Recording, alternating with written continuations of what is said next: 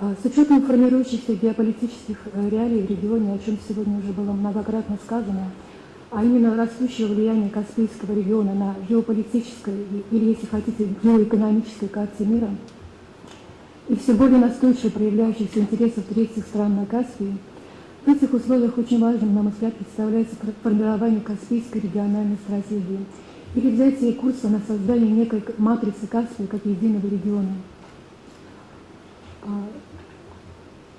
связанного не только географически, но и определенными внешнеполитическими инициативами, экономическими проектами, гуманитарными связями и интегрированным информационным полем. При сбалансированном и комплексном подходе это позволит, вероятно, выстроить в данном регионе систему прагматичных интеграционных связей и наполнить данное пространство определенной связующей ментальностью, регионообразующим мышлением. Конечно, это пока лишь желаемые, но вполне ожидаемые перспективы. Учитывая, что в числе приоритетных задач сегодня такие вопросы, как вопросы безопасности Каспийского региона, вопросы формирования Каспийской региональной стратегии, в частности, конкретно рассматривается вопрос создания организации Каспийского экономического сотрудничества. То есть это целый комплекс фундаментальных вопросов, в решении которых без привлечения экспертно-аналитического сообщества наших стран не представляется эффективным. Новые задачи и постоянно меняющиеся политические реалии, они требуют и трансформации традиционных методов и подходов.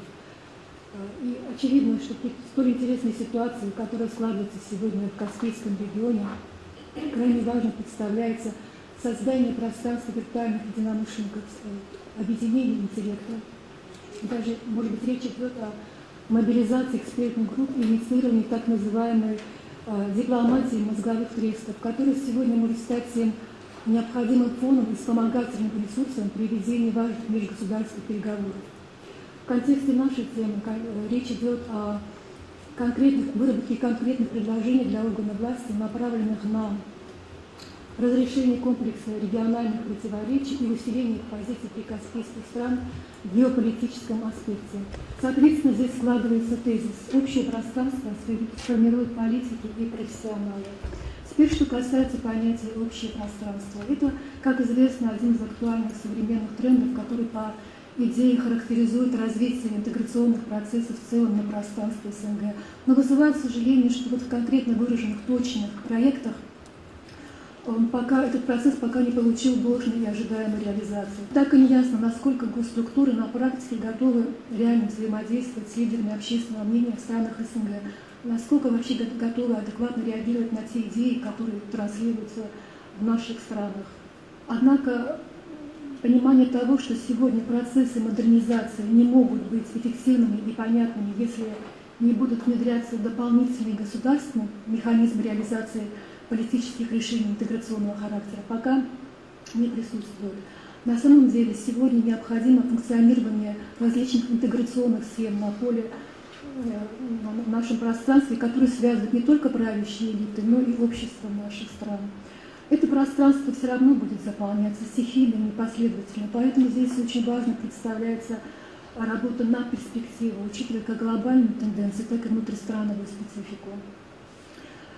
Здесь также важно понимать, какие проекты, то есть какие модели сотрудничества могут быть предложены к рассмотрению и взяты нами на реализацию. Отвечая на заданный вопрос, очень важно четко расставить акценты, в каких целях те или иные интеграционные форматы нужны нашим странам и обществу, какие факторы и движущие силы могут служить в качестве интеграторов на данном пространстве, в том числе в каспийском формате. И почему, с какой целью представители наших стран и обществ могут стать участниками или частью этих интеграционных проектов. Здесь также важно учитывать, что наше общество, переживающее сейчас сложное время самоидентификации в сложных и меняющихся реалиях, их объединяет необходимость встраивания и включения в те или иные интеграционные схемы для получения базовой основы в своей повседневной жизни. Суть современных подходов заключается в концептуальном использовании уже существующих образований, в том числе экспертных, медийных, исследовательских, их объединений и последующем структурировании в более крупных форматах. Здесь важно также учитывать, что на перспективу все более будут превалировать интересы Альянса, выходящих за рамки одного государства, но связанных макроидеей и корпоративными интересами. Значит, схема действий такова: определить партнеров, объединить, структурировать и координировать под брендом таких организаций, сетевых организаций. Как, к примеру, сейчас вот уже говорили о создании КС.